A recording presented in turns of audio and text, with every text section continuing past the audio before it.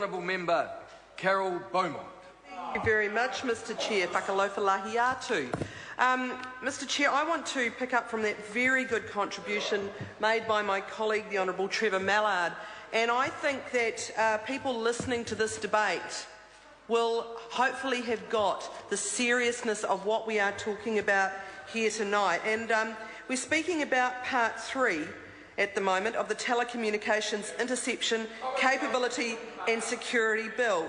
Now, this part relates to network security, clauses 43 to 54, and supposedly is around preventing, mitigating or removing security risks arising from public telecommunications networks and interconnections between those networks.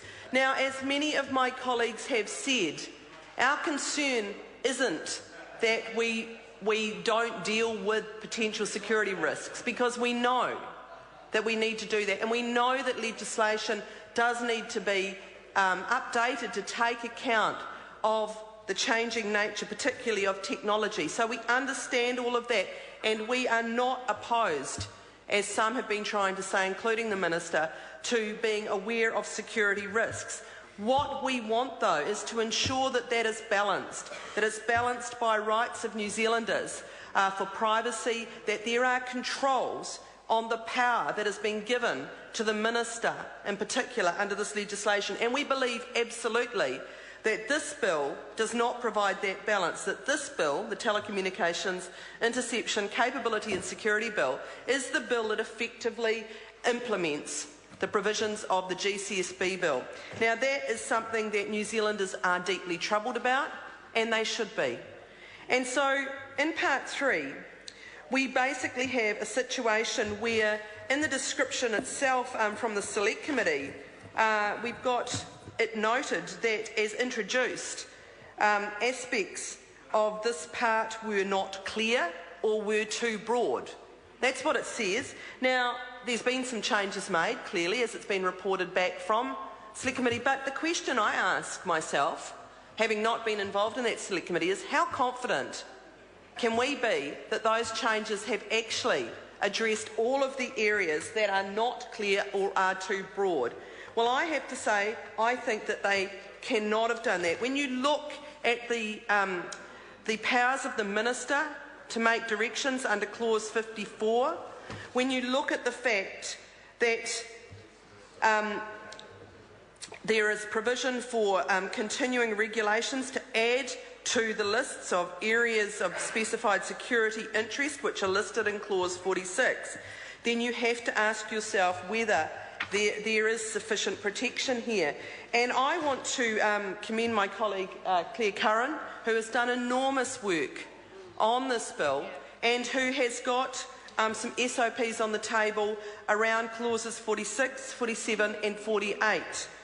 Now, basically, the SOPs that she's put up would limit the network operators these sections apply to a class of network operators positively identified, rather than the blanket coverage of all network providers from which exemptions may be sought. And that then leads to clause 48 being deleted as it relates to exemptions and is redundant, as the presumption with the amendments to clauses 46 and 47 I've just referred to is for a specific inclusion rather than blanket coverage. So I think that those SOPs are very worthy and should be considered. And I do find it fascinating that we have members opposite all sitting there talking to each other, reading something, heads down, doing whatever it is they're doing across the House and not engaging on this legislation. Why is it that those members opposite are not addressing the concerns that we are raising? These are significant questions in a democracy, and you would expect that members of Parliament who are here to serve democracy would want to comment on these things. And if you disagree with what if members opposite, because I know the member in the chair, I'm sure, is deeply troubled by this as well, but if members opposite are concerned about this democracy and concerned about the issues that we're raising, then get to your feet and tell us what you think about this legislation and why the issues we are raising are incorrect. Because I think that actually you can't do that. I think that what you're doing is allowing... I call the Honourable Marianne Street. Thank you very much, Mr Chair. I've been biding my time waiting to contribute to this third part on the Telecommunications bill. Mr Chairman, there are things that are profoundly and deeply